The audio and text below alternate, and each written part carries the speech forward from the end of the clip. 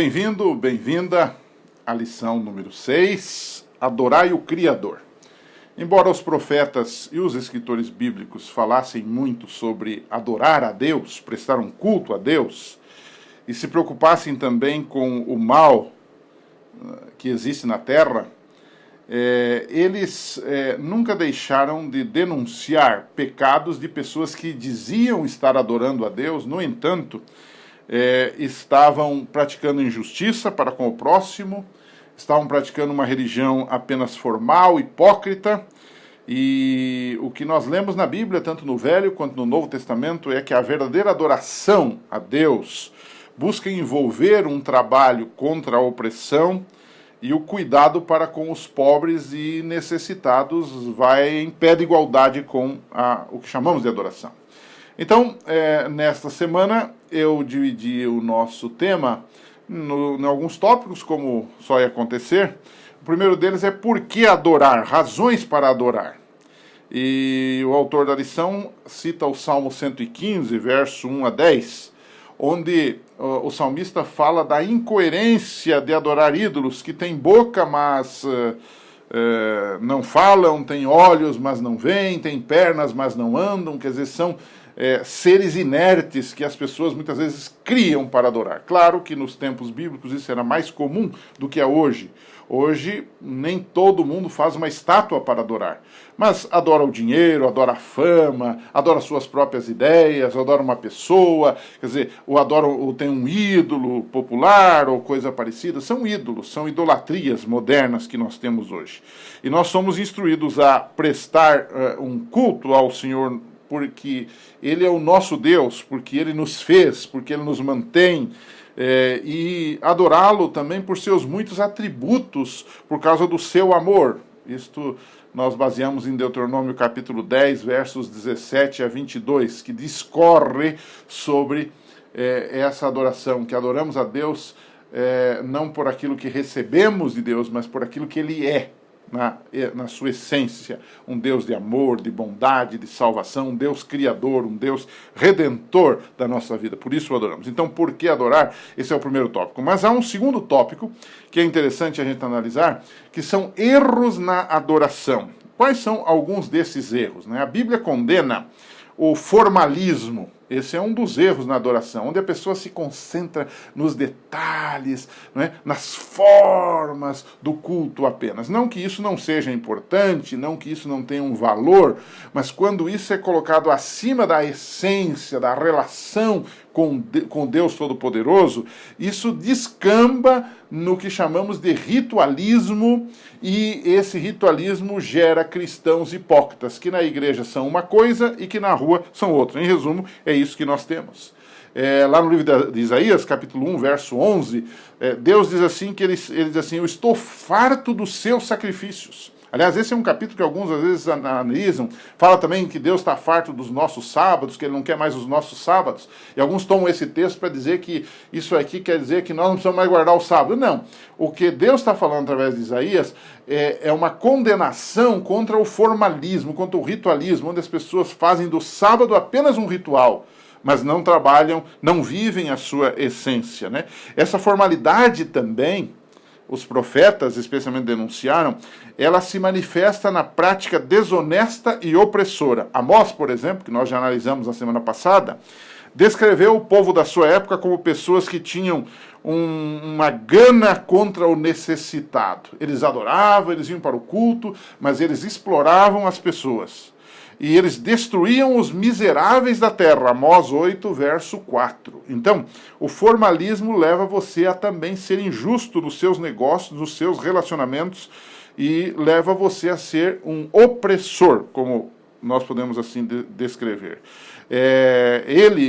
Amós, via o desejo do povo de terminar seus rituais para que pudessem logo reabrir o mercado e voltar ao seu comércio desonesto, em que compravam os pobres por dinheiro e os necessitados por um par de sandálias. Ou seja, exploravam e compravam as pessoas para suas próprias falcatruas, suas corrupções. Basta você ler para atestar o que eu estou falando, Amós capítulo 8, versículo 6.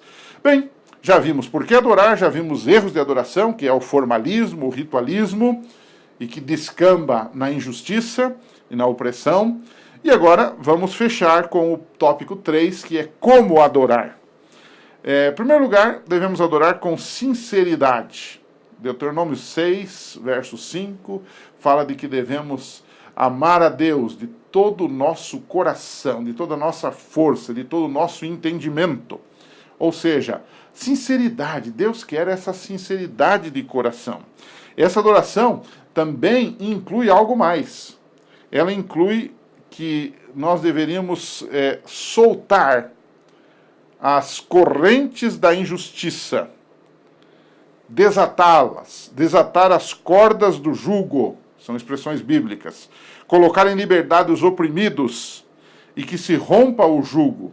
O jugo de quem? Dos necessitados. Isaías 58, verso 16. Isso envolve também alimentar os famintos, acolher os desabrigados e ajudar os necessitados. Ou seja, a adoração envolve algo que fazemos a Deus com sinceridade, mas envolve também agora a parte prática da adoração, que é justamente ajudar aqueles que estão precisando de nós, ser o próximo de alguém.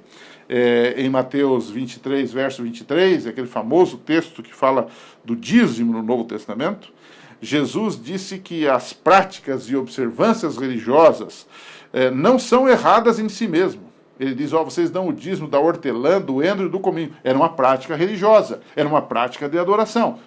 Não é?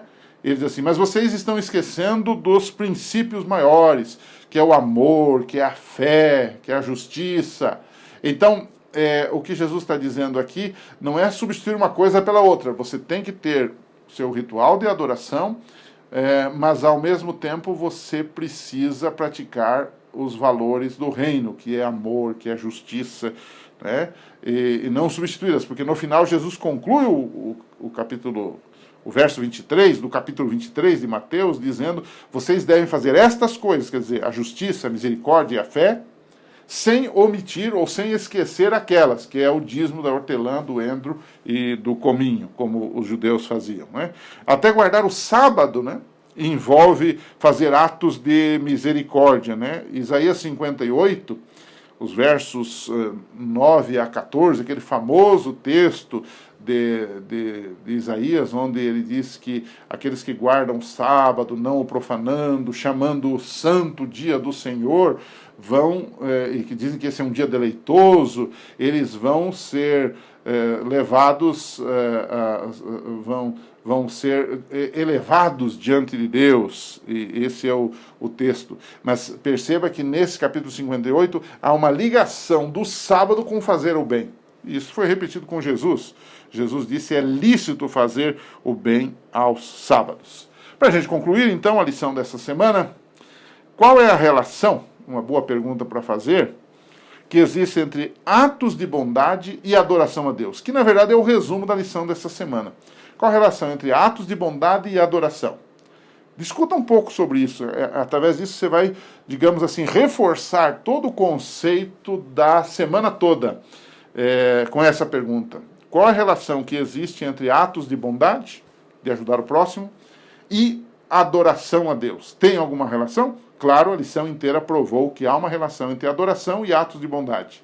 Mas é bom os alunos discutirem, falarem, perguntarem, exporem suas ideias, porque esta é a escola sabatina, um ambiente de dinamismo, de participação, um ambiente onde a gente cresce espiritualmente. Um abraço para você. Semana que vem estamos aqui de volta de novo para mais uma lição da escola sabatina. Um abraço e até lá.